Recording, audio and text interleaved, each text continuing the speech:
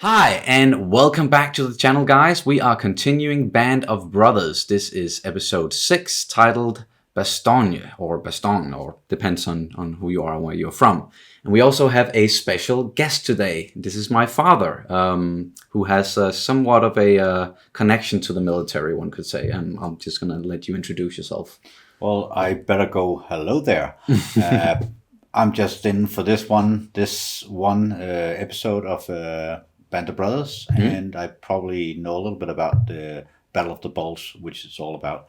I've already seen this one.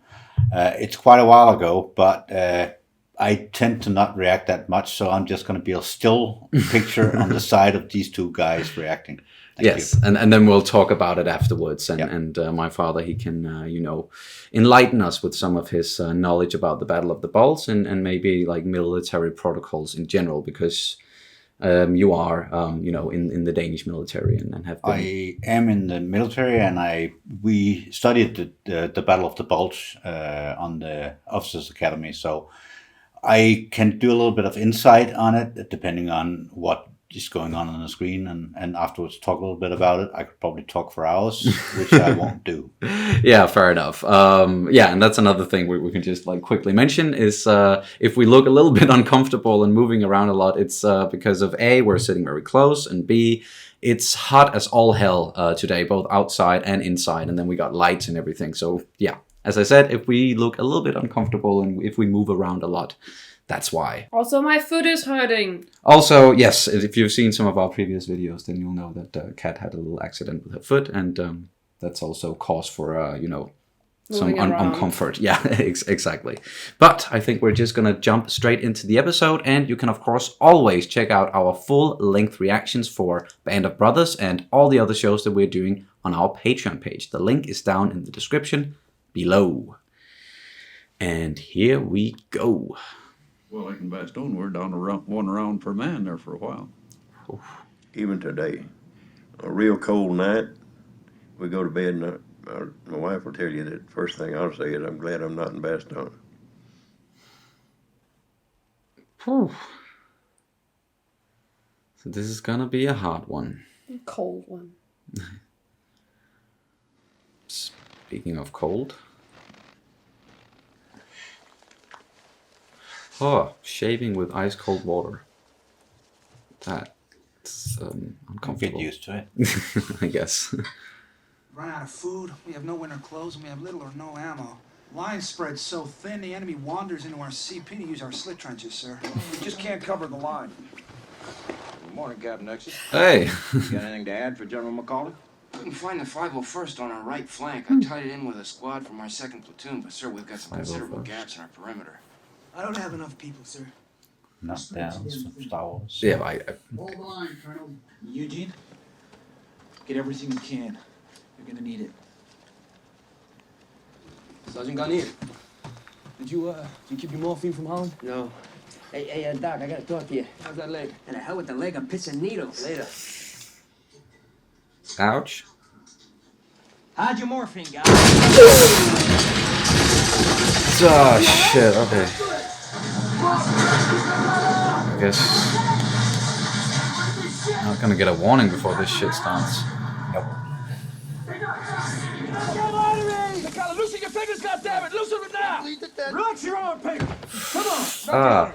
I ain't going back, Doc. I don't need to go back to no aid station. You don't got no aid station.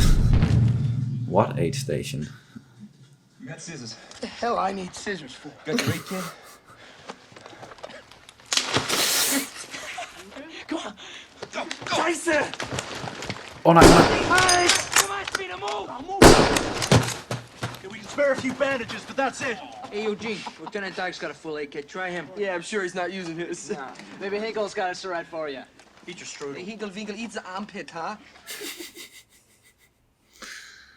Well, you gotta take the moments you can to joke around and relax. Where are your boots? I can move better in bare feet, Doc. Well, what happened? Took them off drying my goddamn socks. I think I'm blown to hell, okay? Shit. What's your size? 9? Just like everybody else. What are you looking for? Scissors. Thank you, Pecani. Finally. Who the hell's singing? Well, I'll find out, Lieutenant. I'll find out. I'll shut him up. I'll shut him up. Singing does sound like a bad idea. If you're supposed to stay hidden, that is.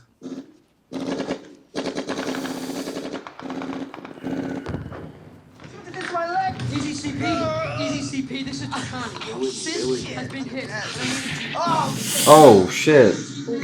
Okay, that's graphic. No, Doc, save the morphine. I can make it. Save them. Whoa. All right, let's get him out of here.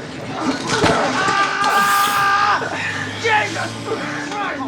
You got blood over my trousers. I'm real sorry, Sorry I bled on you. Whoa. That's a lot of blood. Hey, what's going on here? Why ain't these men evacuated? We can't evacuate. We're cut off. This is as far as it goes. They got totally surrounded in Bastogne. So yeah, they can't do anything other than just stay put right now. You a surgeon? No, we don't got no surgeon. What's this? From the bed. What, sheets? Yes, bandages. Okay. Gotta make do. Sure. Eugene! Chocolat! Ah. Boo-boo. Hal, you want a reconnaissance patrol? All right, I'll go. Take these. Give the boots to Joe Dye. Oh yeah. There are 9. He's gonna need those boots. Doc, it's a combat patrol. Why don't you stay back and keep your ass out of trouble, huh?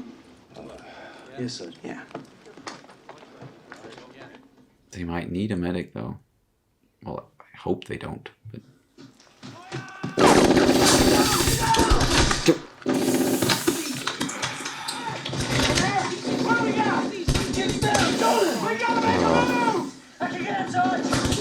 Oh no, he's gone. He's that is fucked.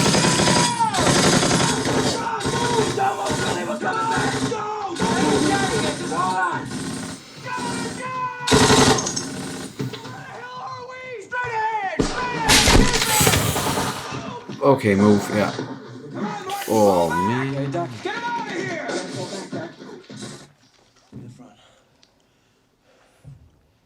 He's the one who like really wanted to go back for that guy, right? If he got hit, Yeah. I'd get his stuff and bring it to his mom, you know?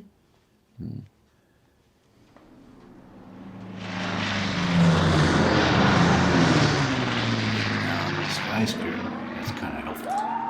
Oh yeah. I can actually see what they're doing. Whoa. And get airdrops. Yep. Take out the tanks. Oh yeah. Oh, nice. The artery. Gotta find the artery. Okay, go in there.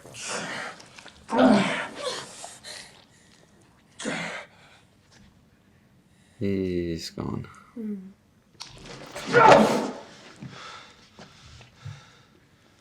I never want to treat another wounded man again. I'd rather work in a butcher's shop. But your touch calms people. That's a gift from God. No, it's not a gift. God would never give such a painful thing.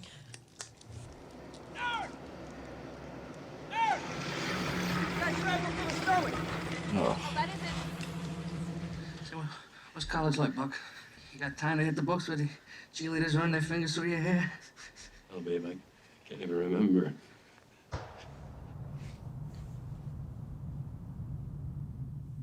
It's clearing up again. Get ready, boys. Shit, What the hell? We gotta hit those shit. things. Get ready. Get ready.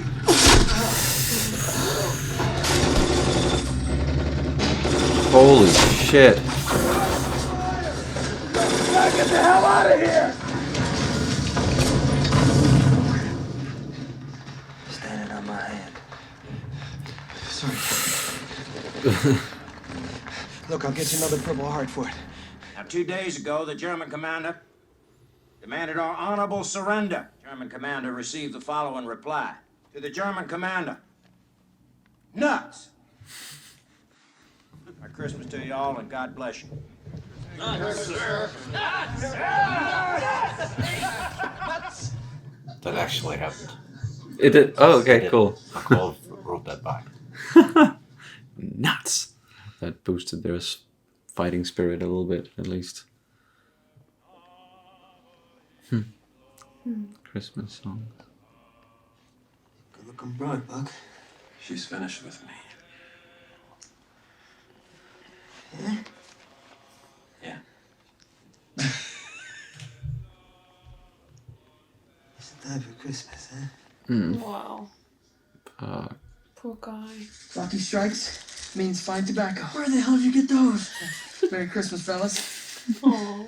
That must be a treat right around now. Lemon powder snow cone. Yes. Merry fucking Christmas. Lemon powder? Yeah, excellent lemon powder. Yeah, I'm guessing he didn't. Not what you're thinking. Guessing he didn't pee on it.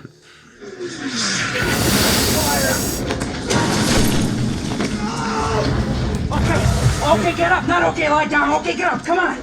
Oh, Jesus Christ. Oh, my hand. God damn, man. I got morphine in my pocket. Give it to him. Fill him up. And for morphine. Okay. So they don't give him more and waste it, in a sense. Okay, yeah. Okay. Things are happening in the sky. Oh wait, that's the city. Okay.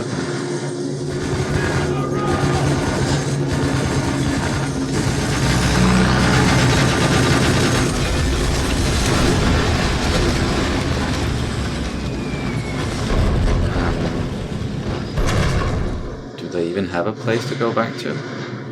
Bombing from the sky at night is quite indiscriminate. Yeah.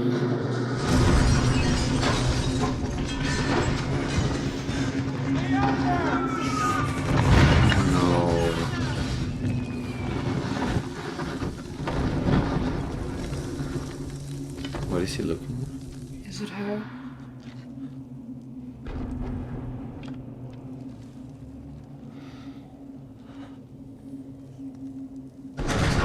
Medic!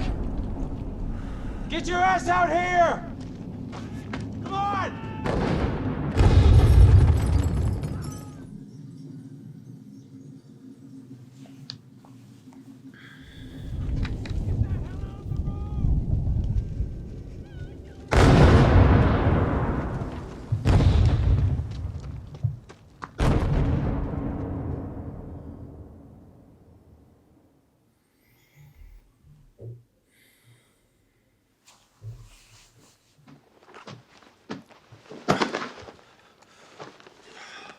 Babe? Yeah. How'd you do that? You did that. I'll fix it up.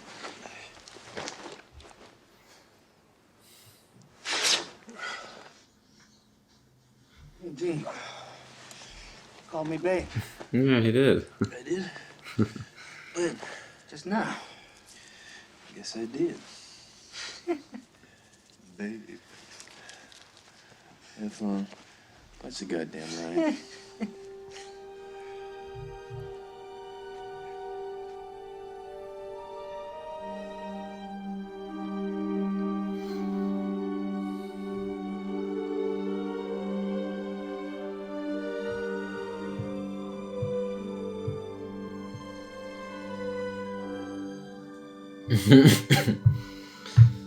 Of course he didn't. Fair enough. They were holding out. 'Tis but a scratch. 'Tis but a flesh wound. Whew! Yeah, okay, that was a tough one. Yeah, but actually, more quiet considering it's one of the bloodiest battle in U.S. history. Yeah. A lot of people died. It showed quite well how they were too close to the Germans in the trenches, so they kind of met up with guys not expecting to be there. Suddenly hear a guy talking German or trip down one of his foxholes. Yeah. So it kind of showed the whole thing behind it. I also liked the way that it showed that they had to work together with the Belgians and Bastogne kind of had the deal of, well, we're in this fight with you together. So it was. I didn't remember it as being as quiet as this, but it kind of makes sense with the snow kind of falling slowly. Not too noisy. A few fights showing that they were very close, but I liked it. I think that was very impactful as well, that they went from very, very, very quiet moments and then straight into battle and explosions and people dying left and right. And I'm guessing that's also a representation of how it must have felt, that, you know, sitting there in the dark almost, and the snow is just falling slowly on you. No one's really saying or doing much because they have to stay quiet and hidden. But in the blink of an eye, everything can break out. And yeah, as we saw many times in this episode. So how did you, how was it for you? Was it as tough as you expected? Or? Actually not. Of course, it's something different when it's, as you say, so it's kind of slow pace, and it's even like it's stretching out the pain a bit. But I was actually expecting, people have said this would be very tough, but I was actually expecting a much more adrenaline filled battle. Or action packed maybe. And that was just, I was not expecting this, but of course it's still very impactful, and it's still like a very, it's I think that the tough part about this one, and something that was also very impactful, was the fact that you're following a medic a lot of the time.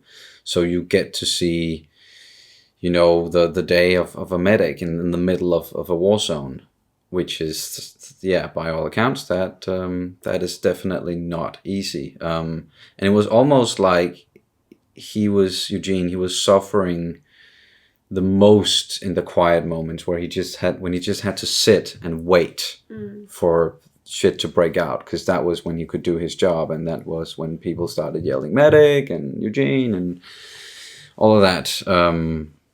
And even like towards the end there, when he was in his foxhole, it was almost like he was reluctant to come out of it, and I'm guessing that was something that happened.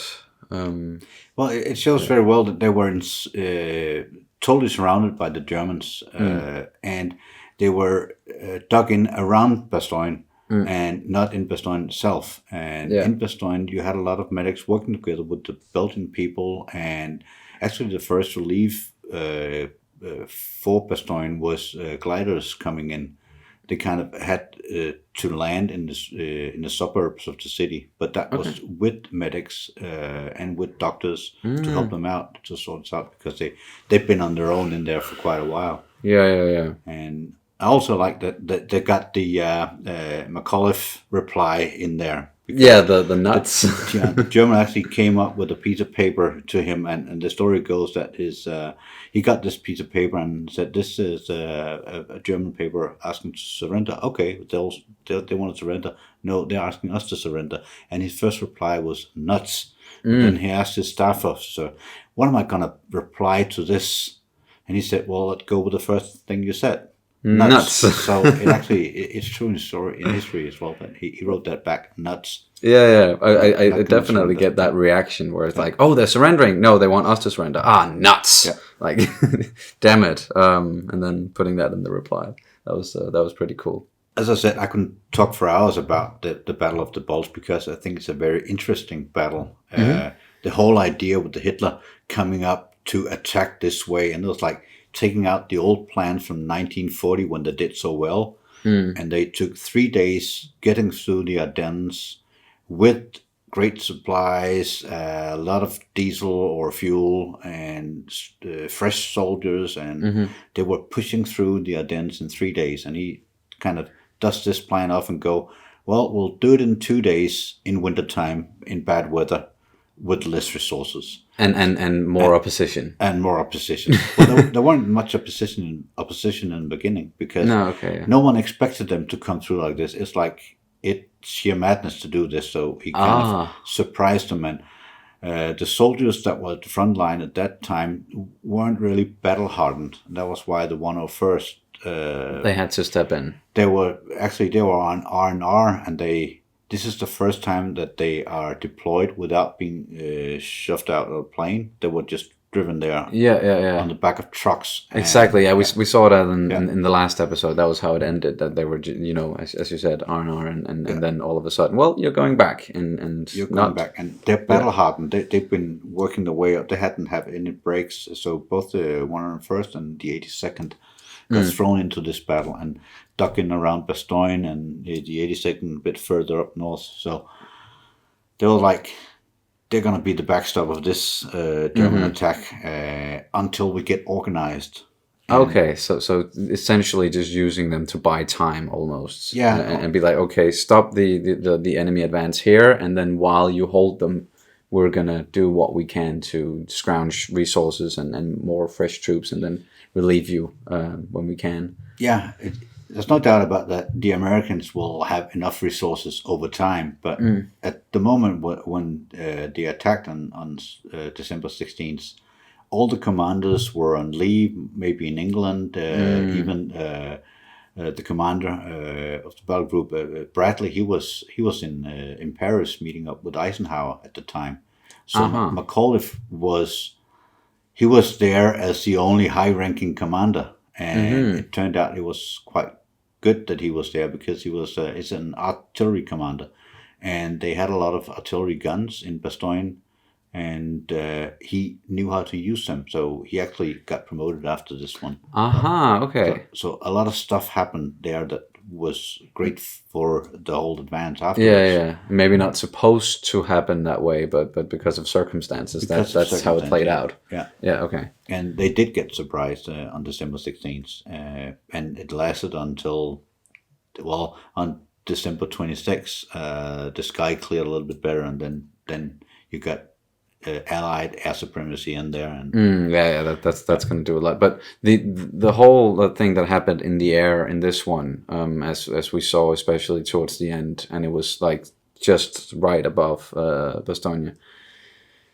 Was that Allied forces that maybe? No, actually, the Germans did try to bomb Bastogne from the sky, and because dropping bombs from high above, you can't really see that this is a church or this is a hospital or whatever. So they kind of bombed everything from up there. Okay. They actually also lost some of their own planes from their own anti-aircraft guns, because Hitler wanted this to be so secretive as possible, so he didn't really tell anything about it, which is one of the reasons why it failed as well.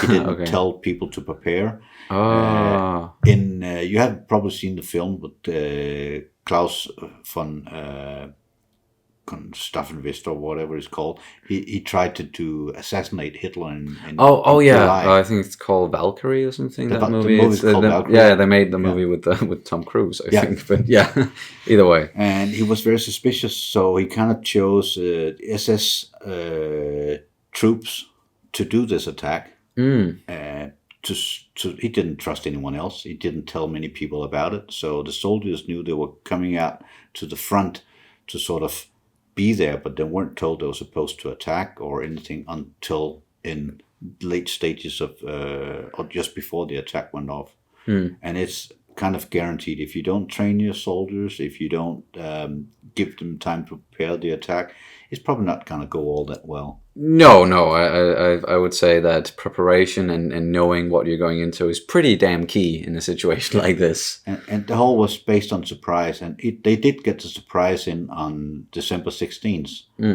But after that, they kind of lost too much time because the Americans were fighting so hard. So they actually managed, as 18 guys managed to hold the position for 24 hours against a panzer division.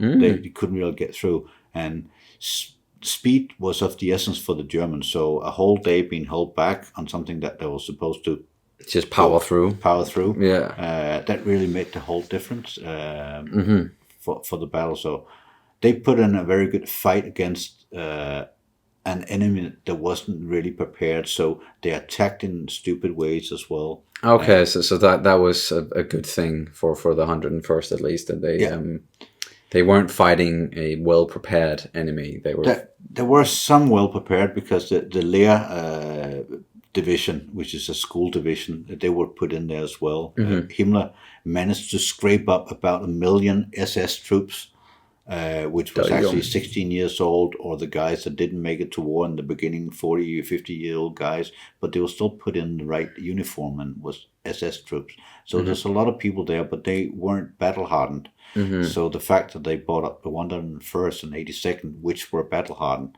they were better in the fight than the Germans. So So a lot of things kind of mixed in together during this battle, which made it succeed for the Americans, and was really a bloody nose to the Germans. They kind of hoped that they would just drive through, get to Antwerp, and get the reinforcement, the harbor for the reinforcement for the Allied forces, and then negotiate a peace, and then go back and take care of the Russians. So that was the whole plan behind it. Yes, and that, of course, well, we know didn't happen, and yeah. As I could talk a lot about history. But I think the whole scene, the whole quietness, the whole thing of getting to know people or following it from a medic point of view was it's brilliant. I think. I think so too, and definitely also something that made this episode different than what we might have anticipated, but also something that made it very unique, and also provided a lot of the. Why I'm thinking that's also a reason why people say this is one of the harder ones to watch, is exactly because we are following a medic and we're seeing a lot of people get hurt, and a lot of people, like, they're trying to save and they can't, and then also throwing in an extra little storyline there between Eugene and Renee, the Belgian nurse, who then probably most likely died at the end, that's just another gut punch right there. Yeah, but I like the way it didn't touch. Didn't touch. No, didn't show it. It was just There's enough of these scenes of people getting shot up and bones sticking out. Exactly. Like we just needed the emotional weight of it, and not necessarily the look at her laying there dead kind of deal. And playing on the heartstrings and everything. And I think they did it in the right way, in a sense of. Yeah. With a little bit of symbolism through her headscarf and Yeah. And we also, as we've seen with a lot of the other episodes, we start out with a guy. It seems like he's really good at this, and he's really focused, and he seems calm, and I can't find the proper English words. I don't have that in my vocabulary, but he seems like he's grounded somehow. And as we go further along in the episode, we see how he gets more and more affected by everything that's going on around him. And of course it's absolutely horrible to be a medic, because you have to be there, and people are counting on you, and you just have to power through, and you will at some point you almost have the hardest job. Almost, I'm saying almost. You have to be the one to be there, experiencing these people die, or just going through a horrible pain, crying out for the mothers, crying out for morphine, crying out for whatever, and seeing all these people being pain. And I don't think anyone can go through that without getting marked by it in some way. Yeah, without getting affected in some way, and as I said, like, we saw that especially in the quiet moments when he was just sitting there and waiting. It's like a glass just being pouring into a glass, and at some point it just flows. It just overflows. And I think that's a very good metaphor for like probably how he was feeling. Like at the start, he could take a lot of water, so to say, but then at the end, it's just started spilling over. Spilling over. He couldn't. But these quiet moments with him, and I thought there were some really beautiful shots in this, like really beautiful cinematography wise. Yeah.